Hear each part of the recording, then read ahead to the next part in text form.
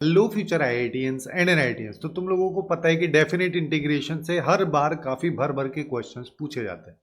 और most of the aspirant इस chapter को ही कंप्लीटली छोड़ देते हैं। मैं यहाँ पे तुम लोगों को कुछ इंपॉर्टेंट प्रॉपर्टीज बताऊंगा जिनकी हेल्प से तुम क्वेश्चंस को काफ़ी इजीली सॉल्व कर सकते हो, अपने नंबर से सिक्योर कर सकते हो। उसके अलावा कुछ इनडेफिनेट इंटीग्रेशन के जो सीधे सीधे फॉर्मूला है वो सब बस पता होनी चाहिए।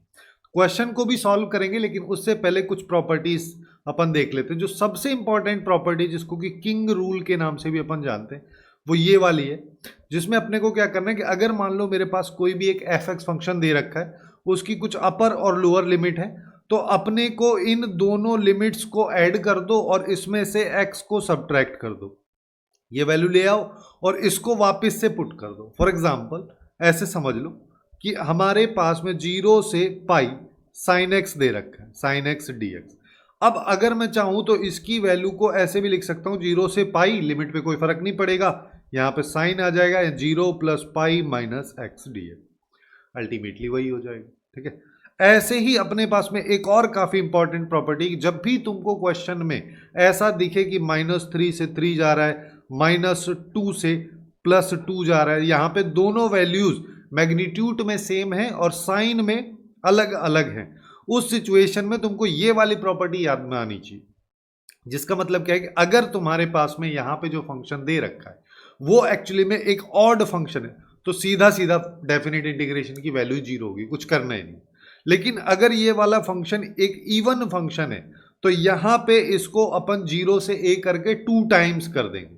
ठीक है। इसके डेरिवेशन में अभी अपन नहीं जाएंगे, वैसे अगर तुम चाहो तो, हालांकि मैं बोलूंगा नहीं कि अभी इतना टाइम अपने पास में है नहीं कि कंप्लीट लेक्चर अपन डेफिनेट इंटीग्रेशन का देखें। वैसे मैंने इस चैप्टर के रिगार्डिंग कंप्लीट वन शॉट भी बनाया हुआ है। अब इसके अलावा थर्ड एक और प्रॉपर्टी कि जब तुमको कभी ऐसा जरूरत पड़े, क्वेश्चन में इस तरीके का कुछ दे रखा है कि यहाँ पे जो अपर लिमिट है वो लिमिट की वैल्यू किसी दूसरे इंटीग्रेशन के इक्वल है और लिमिट की वैल्यू हाफ हो जा रही है, कि यहाँ पे 2a की जगह अगर पाई लिखा है और यहाँ पे पाई/2 लिखा है,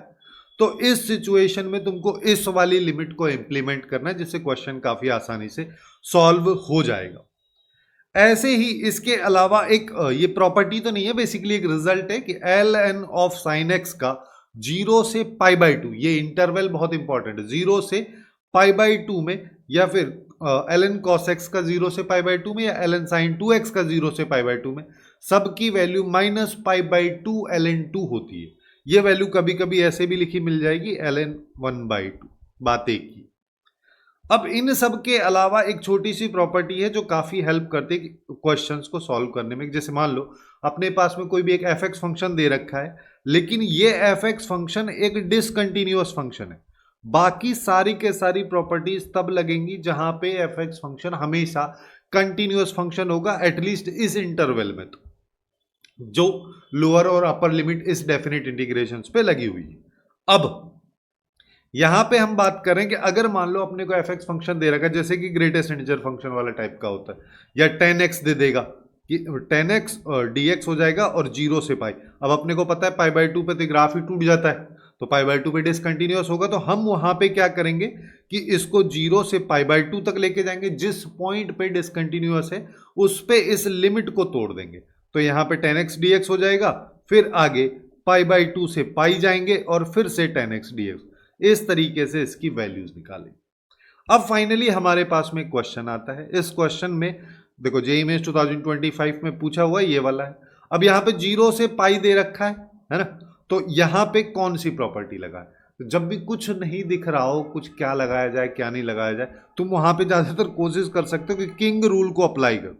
यानी कि ये वाली जो अपनी फर्स्ट प्रॉपर्टी है इसको अपन इंप्लीमेंट कर देते हैं, जिससे क्या होगा कि मैं इस पूरे को एक बार i मान लेता हूं, फिर दोबारा i इक्वल्स टू, लिमिट पे तो कोई फर्क नहीं पड़ता है, यहां पे 8 आ जाएगा, x की जगह पे क्या आएगा, दोनों को ऐड कर दो तो मतलब पाई ही बना, उसमें से x यानी कि पाई माइनस x हो गया, यहां पे dx आ गया, नीचे 4 आ जाएगा, यहां पे आएगा cos square of pi minus x। cos pi minus theta negative cos theta होता है, लेकिन इसका होल स्क्वायर हो रहा है तो ये पॉजिटिव ही रहेगा, यानी कि इस पर कोई फर्क नहीं पड़ेगा, है ना। और यहाँ पे आ जाएगा सेम साइन स्क्वायर। इसको तुम ऐसे भी याद रख सकते हो कि ज्यादातर जो ये किंग रूल वाली प्रॉपर्टी है उस जगह पे हेल्प करेगी जहां पे डिनोमिनेटर कुछ फर्क नहीं पड़ रहा है डिनोमिनेटर में, या फिर ऐसी सिनेरियो कि जहां पे e की पावर x प्लस 1 का दे रखा है लेकिन ऊपर e की पावर x नहीं है, जिससे फायदा ये होगा जब तुम एक बार लगाओगे, जैसे 0 से 1 का दे रखा होता है या फिर कुछ इस तरीके का सिनेरियो होता है जिससे कि माइनस एक्स बन जाता, तो तुम यहाँ पे क्या करते e की पावर माइनस एक्स प्लस 1 हो जाता, फिर तुम इसको सिंप्लीफाई करते तो ये 1 अपॉन ई की पावर x प्लस 1 हो जाता, e की पावर x जो है वो ऊपर चला जाता और नीचे फिर से ऐसा बन जाता, और जब बाकी पोर्शन जो पिछले वाले के साथ था उसको अगर मैं कॉमन ले लेता तो e की पावर x प्लस 1 वाला फॉर्मेट बन जाता, जिससे दोनों कैंसिल आउट हो जाते, जैसा कि एक्चुअली तुमको इस वाले क्वेश्चन में देखने को मिलेगा। और ये वाला क्वेश्चन तुमको खुद से सॉल्व करके बताना है, मैं नहीं बताऊंगा कि इसका आंसर क्या आएगा, ठीक है। तो हम यहां पे चल लेते हैं, हमारे पास में ये वैल्यू आ गई। अब एक तो आई वाली ये वैल्यू है, एक आई वाली ये वैल्यू है, दोनों को कर दो ऐड। जैसे ही ऐड करोगे 0 से पाई हो गया, दोनों का डिनोमिनेटर सेम है तो डायरेक्टली अपन न्यूमरेटर को ऐड कर देते हैं। जैसे ही न्यूमरेटर को ऐड करोगे तो एक्चुअली में यहां पे क्या लिखा है, यहां पे लिखा है 8 पाई माइनस 8x, ऊपर 8x, तो 8x से 8x खत्म हो जाएगा तो अपने पास में यहां पे आ जाएगा 8 पाई और ये हो गया dx। मैं यहां पे क्या करता हूं, 8 पाई को ले लेता हूं बाहर, जैसे ही अपन बाहर लेंगे तो i इक्वल्स टू उसको 4 पाई लिख देता हूं, ठीक है। और जैसे ही अपन इसको 4 पाई लिखेंगे तो अब देखो यहां पे क्या हो गया, ये हो गया 0 से पाई और अपने पास में यहां पे आ जाएगा dx। और ऐसा करते हैं ना, इसको फॉर्मेट बनाने के लिए ना मैं कॉस स्क्वायर एक्स से ऊपर नीचे डिवाइड कर देता हूं, जिससे ये 4 plus ten square x dx बन जाएगा। अब क्या होगा, अब अपने को यहां पे पता है कि मैं 10x को t ले सकता हूं, और जब भी अपन कोई दूसरी वैल्यू में इसको कन्वर्ट करते हैं तो एक तरीका होता है कि हम लिमिट्स को चेंज कर दें, अपर और लोअर लिमिट को, दूसरा तरीका होता है कि नहीं चेंज करते, पहले वैल्यूज निकाल लेते हैं, पूरे फंक्शन का आउटपुट निकाल लेते हैं, वापिस से जिसको अपन ने माना था उसको रख देंगे। जैसे देखो मैं बता रहा हूं कि मेरे पास i इक्वल्स टू यहां पे 4 पाई आ गया,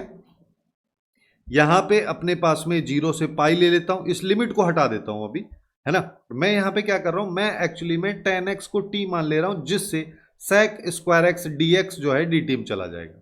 तो ऊपर बन गया dt, नीचे की बात करोगे तो ये हो गया 4 प्लस टी स्क्वायर। अब नीचे का फॉर्मेट देख के, जो मैं बोल रहा था कि बेसिक कुछ इंटीग्रेशंस के फॉर्मूलाज हैं वो सब पता होनी चाहिए, तो ये एक्चुअली में बन रहा है dx by A square plus X square, इसका इंटीग्रेशन होता है 1 upon A tan inverse X by A, ये अपने पास में आएगा। तो हमारे पास में यहां पे देखो वैल्यू क्या आ जाएगी। अच्छा एक चीज है, यहां पे थोड़ा सा सिनेरियो गड़बड़ाएगा क्योंकि अपने पास में यहां पे 10x है और लिमिट 0 से पाई जा रही है, और अपने को पता है 10x पाई बाई 2 पे क्या होता है, पाई बाई 2 पे डिसकंटिन्यूअस होता है। तो अपन इसको क्या करते हैं कि ऐसे कर लो, पहले एक बार ना इसको तोड़ लेते हैं कि हम इसको 0 से i इक्वल्स टू 4 पाई, 0 से पाई बाई 2, यहां पे आ जाएगा sec स्क्वायर एक्स dx, और ये अपने पास में हो जाएगा 4 प्लस टेन स्क्वायर एक्स, फिर यहां पे आ जाएगा पाई बाई 2 से पाई, यहां पे sec स्क्वायर एक्स dx, और ये हो जाएगा 4 प्लस टेन स्क्वायर एक्स। वैसे तुम चाहते तो यहां पे एक और प्रॉपर्टी लग सकती है, वो भी समझाता हूं, देखो कैसे। जितनी ज्यादा प्रॉपर्टी पता रहेंगी उतनी जल्दी क्वेश्चन हो जाएगा। जैसे i इक्वल्स टू 4 पाई, मैं यहां पे ये वाली प्रॉपर्टी को इंप्लीमेंट करने की कोशिश करूंगा, ये वाली, है ना। जैसे देखो हमारे पास में क्या है,